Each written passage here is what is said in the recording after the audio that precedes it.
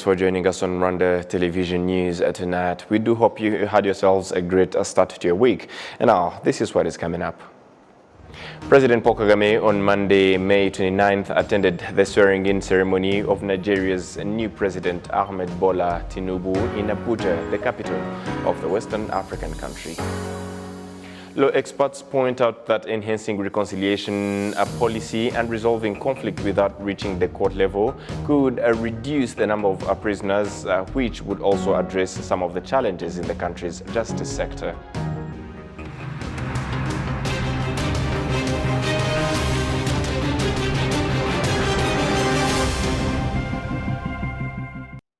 Good evening, and this is news in details. Nigeria's President-elect Bola Ahmed Tinubu was sworn into office on Monday in a ceremony that was attended by the President of the Republic of Rwanda, His Excellency Paul Kagame. Adam Squizera. That as President of the Federal Republic of Nigeria, I will discharge my duties. This inauguration ceremony took place at the Eagle Square in the capital of Nigeria, Abuja. The President of the Republic of Rwanda, Paul Kagame, is one of the various dignitaries who attended it. A 70-year-old, Bola Tinubu, who was sworn to lead Nigeria for a 4-year term, noted that he will fulfill his duties according to the constitution of the country and other laws, as he also pledged to put on priority the welfare of all Nigerians. Our administration will govern you only on your behalf, but never rule over you.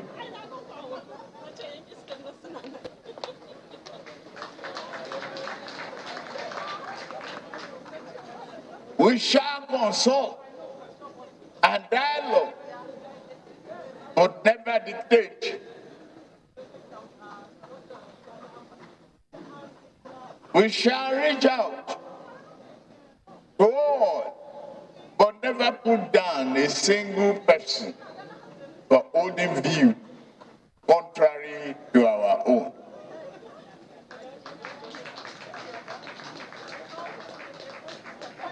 We are here to further mend and heal this nation. Among other things, he has indicated that he will prioritize the reforms of taxation and monetary policy. Tinubu Bola Ahmed of the APC. Tinubu won the elections in February with 37% of the votes, whereas his main rival, Atiku Abubakar, was voted at 29% and Labour's Peter Obi at 25%. It was elections that was attended by only a third of the 93 million Nigerians who were registered to vote. Bola Tinubu took over from Muhammadu Buhari, who has stepped down at the end of his 2 terms, where both of them are members of the All Progressive Congress APC, which was founded in 2013 after merging with 3 major contemporary political parties in Nigeria. Bola Tinubu is the 16th president of Nigeria who served as the governor of Lagos between 1999 and 2007, where on his reign as governor, he introduced a plan to collect taxes in Lagos through technology, which led to a 400% increase in taxes in a period of 8 years. Bola Tinubu is going to lead Nigeria with a population of 200 million people, where 1 in 3 people are unemployed. 1.6 million of its citizens are below the poverty level. Adam Squizera, RTV News. Thank you, Adams. Law experts point out that enhancing reconciliation policy and resolving conflicts without reaching the court level could reduce the number of prisoners, which would also address some of the challenges in the country's justice sector. This was mentioned during the official opening of the 9th Justice Reconciliation Law and Order Sector Peer Review Retreat and UPR Retreat that is taking place in Nyagatare District. Gislaine Mugwaneza. The 9th Justice, Reconciliation, Law and Order Sector Peer Review Retreat and UPR Retreat that has kicked off today is assessing the level of implementation of reconciliation, law and order sector priorities, a thing that residents say can reduce the losses incurred. The person who goes to the court is the one incurred losses. They lose money, and they're timing because they don't know the outcomes of the court. What this will solve is that through reconciliation, people will solve their own problems and go to the court when it's impossible to solve them. According to the 2022 report from Transparency International Rwanda, the local prisons are 174% overcrowded. Law experts say what should be done to solve this problem. ziri muri za politiki zagombye kudufasha kugira ngo ubucucike mu magereza bugabanuke. Ntago tuvuga yuko abantu batazafungwa. This is among the policies supposed to help us reduce the overcrowd in prisons. Not saying that criminals will not be imprisoned, but instead, criminal matters should be resolved through mediation aimed to help Rwandans understand crimes and avoid engaging in them. No gufasha abanyarwanda kumva neza icyaha no kubyirinda. The Ministry of Justice has also noted that the set policies aim at addressing the challenges that are still being found in the justice sector in Rwanda. Mu nama y'abaminisitiri yabaye mu kwa 9 umwaka ushize yemeje za politiki ebyiri. The statement and cabinet resolution on September 2022 approved two policies. The policy approving a ratification of the agreement on mutual legal assistance in criminal matters. Second, the policy of mediation. These policies will help us in addressing the challenges we normally face. Honorable Chief Justice Dr. Faustin Ezidiayo says that the reforms that have been made in the justice sector were effective. We should keep assuring that those we deliver services to always put their trust in our justice sector. The 9th Justice, Reconciliation, Law and Order Sector Peer Review Retreat and UPR Retreat is under the theme Enhancing the Citizen's Role in the Justice Service Delivery to hit justice, reconciliation, law and order sector targets. The 2-day retreat will engage discussions and collaborative efforts towards a stronger justice sector and human rights advancement. Ghislaine Mugwaneza, RTV News. To education matters, university students from Rwanda and Germany are undergoing trainings offered by a Germany NGO to help the fellows that are still in school to become job creators, eliminating the mindset of being job seekers after graduating. One of the observed problems by this German non-governmental organization is the fact that graduates become job seekers instead of job creators, which is caused by how they are taught in schools, as narrated by the managing director of Rwanda Institute of Cooperatives, Entrepreneurship and Microfinance, Olivier Mukurira.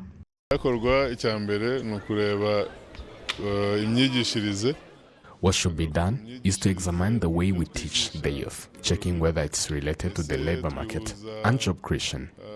We should equip them with entrepreneurship skills. On the other hand, some university students say that they face challenges like insufficient skills and facilitation, but are in belief that these trainings will help to change their mindset. For many, there are many graduates actually, and many of them are unemployed. So they are facing a challenge of not finding the job. But this entrepreneurship summer school, I'm hoping to learn how I can. You may not get a job as you can applying for it and get it as in corporate offices, but you can create your own with different capacities. We have different capacities and knowledge and abilities. So with that, you can be self-employed. First of all, I think it's an exciting opportunity for students from Germany to come to Rwanda and also work with students from a different country to strengthen international networks and learn a lot of things. And I think it's a good opportunity to create jobs, to know a lot of entrepreneurial business models and stuff. So I hope that we can learn together this week and implement that back in our home country. The government of Rwanda with its partners are in cooperation to ensure that they help students to become job creators rather than job seekers, as explained by the country director of this German non-governmental organization. NGO, we work together with the Rwandan government, so we work together mainly with Minicom, the Ministry of Trade and Industry, on their entrepreneurship development program. And there we support a lot in policy making, but also we want to implement activities, and that is where we work together also with ULK and their students, and we have a partnership with University from Germany to bring entrepreneurship mindset, entrepreneurship thinking to young people, because we know here in Rwanda jobs are few. So the young people should really found their own companies and then create jobs rather than being employed. This group is in Rwanda for a week to find and establish measures that aim to help graduates become job creators rather than job seekers. Shina Teta, RTV News. Thank you, Shina, for the report. And we'll move ahead. Increasing the professionalism of our customs operations and facilitating cross-border trade and strengthening its security are some of the topics that are going to be discussed in the workshop organized by the World Customs Organization in collaboration with the Rwanda Revenue Authority, RRA. On this Monday in Kigali, a workshop started to sharpen, boost knowledge and share expertise on the aspects related to the assessment of the effectiveness of custom operators, which will be attended by custom representatives from different countries. Some of the participants expressed what they are expecting from this workshop. I'm so expectant to this workshop. The issue of performance measurement is very important when it comes to customs administrations. We have a lot of things that we are doing, such as facilitating trade, clearance of goods from the ports. All of these, if the performance is not well cleared, it can bring a lot of problems, especially on the area of the time of clearance of goods, which we can cause chaos on our importers, and other stakeholders that we are working with. Head of Compensation and Benefit Unit in Rwanda Revenue Authority, Murenzi Steven, stated that the main objectives are measuring and jointly look at how customs service can be expedited and provided in a professional manner. It means we need to make sure that we streamline the performance management, we streamline the way we work, so that both of us, we are doing it for our economic development. Maka Kaldivs, Capacity Building Officer at the World Customs Organization, confirms that this workshop is set to increase the specialized skill of customs officials for strategic decision-making and good governance. The objective of this particular workshop is just to bring the customs administrations from 20 different countries and share their national practices and understand how it is possible to measure the efficiency and effectiveness of their customs operations. When we're talking about the trade facilitation, how can we measure that? What is good there? When we're talking about the revenue collection, when we're talking about the enforcement, security and protection of the society and overall organizational development. And actually we need to remember always that what gets measured gets done. To improve something, you need to see the results, and we do hope that this will be an important platform for our colleagues from this particular region to share their experience, to learn more, to have a dynamic dialogue and benefit from each other's experiences. This workshop will last 5 days and will be attended by people from 20 African countries. Jessica Agasaro, RTV News. Citizens in need of television screens say that it is now easier for them to get them since they are accessible at an affordable price, thanks to Natick RWK factory that is now located and manufacturing the TV screens in Rwanda. According to the factory's administration, they are capable of meeting the demands of the Rwandan market. Olive Nete. Emmanuel Baravuga is buying a television in one of the stores that sells electronic equipment, many televisions made in Rwanda from the Natick RWK factory. Literally, RWK, it's a nice television with good visuals comparing to others, and more of that, it's affordable. I really liked it due to its visuals particularly. People who sell these televisions say that it is no longer difficult for them to retail since they can easily purchase them here in Rwanda, unlike how it was before. Before, we used to import televisions from abroad, but now we get it here near from us, exactly at the factory. Because in case there may raise any issue, it can be fixed right here at the factory, and you find that it's really an advantage for resale. Peter Mugisha, in charge of marketing operations in Natick RWK factory, points out that the company manufactures television screens of different types so that every customer can choose one that best matches his demands. We have televisions from 24 to 98 inches. Like for 24 inches, it costs 90,000 Rwandan francs. 32 digital inches is at 130,000 Rwandan francs. 32-inch smart Android is at 150,000 Rwandan francs. 42-inch smart Android is at 250,000. 50-inch smart Android at 330,000 Rwandan francs. 50-inch of Natick is at 380,000. And we also have RWK 55-inch, which costs 380,000. 55-inch of Natick, which costs 450,000. We have also 75-inch, which costs 1.5 million. 85 inches, which costs 2.5 million. While we also have 98 inches, which costs 4.5 million Rwandan francs. People in need of TV screens do not have to go to the factory because there are more than 200 dealers around the country who work with this factory and they sell quality televisions.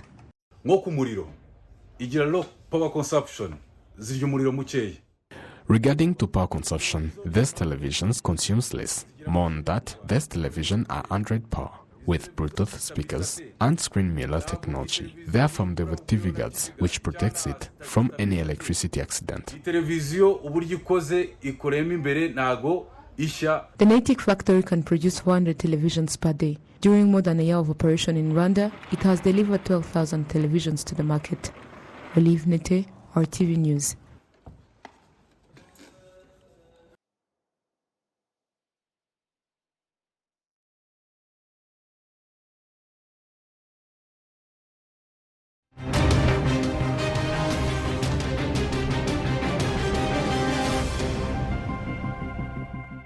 And on behalf of the entire news production as well as the technical team, thank you for keeping it with us. Up until next time, stay safe and have a great week ahead. Goodbye.